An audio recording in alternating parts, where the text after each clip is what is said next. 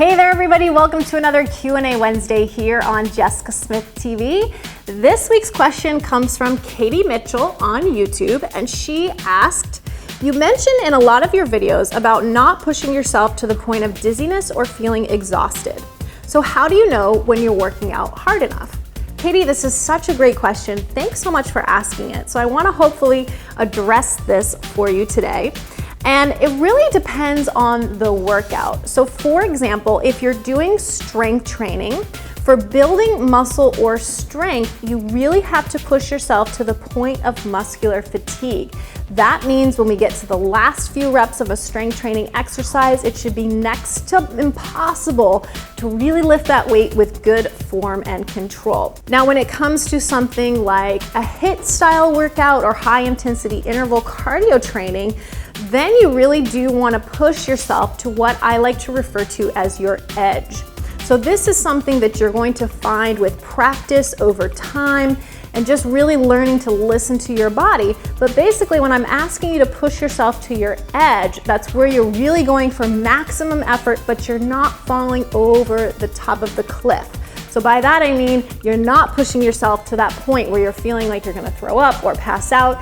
It's a very fine line, and it takes a lot of practice to sort of find where that is for your body. But if you can start listening to your body's cues and signals, you'll start to find that feeling of, okay, I know that I'm really getting to my edge of the level of intensity that I can provide here without overdoing it.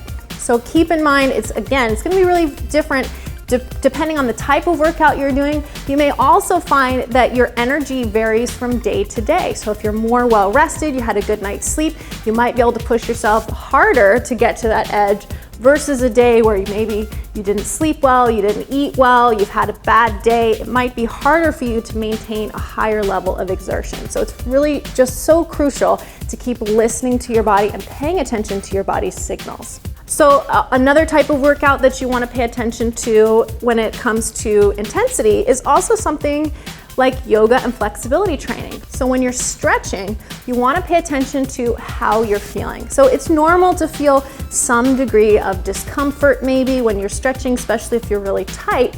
But if you ever feel pain during a stretch, stop immediately. That means you're really going too far, you're extending beyond your current flexibility level, and that can set you up and put you at risk for injury. Finally, when it comes to, say, endurance training, whether it's working with lighter weights for higher reps or doing more steady state cardio, there are times when you shouldn't be pushing your body and working hard per se, and that's okay. There's times when you can actually feel pretty comfortable or feel like you're working at more of a steady intensity level. We really want to make sure that we're not always pushing super hard or overdoing it, because you want to have balance within your workout routines. That's why you see such a mix of intensity levels with our routines here on Jessica Smith TV. So remember that your overall workout schedule should sort of look like a bunch of hills, right? So some days you're gonna push yourself harder, the next day you're gonna kind of take it a little easier, and you're gonna keep alternating. That should really help you maintain a high level of energy and help you feel good while you're working out to make it easier to stay with consistent exercise. So Katie, I hope that helped answer your question. Thanks so much for asking it.